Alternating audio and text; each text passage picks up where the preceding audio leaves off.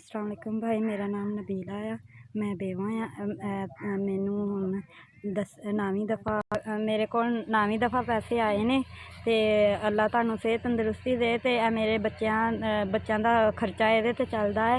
मैं इन्हां दे यूनीफार्म, इन्हां दी किताबां ते राशन पानी पानी आ, कोई सब्जी सुब्जी मंगा लैंदी। अल्लाह तुहानू बहुता दे, तुहाडे खजाने भरे रहन। इस तरह ही अल्लाह मियाँ तुहानू इन्ना कु दे, तुसी रख रख भुल्लो और मेरे वर्गियां दे हज़ारां दी जरूरतां पूरियां करो। तुहाडे वल्लों मैं 10,000 रुपया मैनू मिल गया। मैनू ये आने की बड़ी उम्मीद होंदी है, मैं बड़ा इंतज़ार करनी आ। आंदे ने तो मैं अपने बच्चों की कोई ना कोई शै लियानी आ।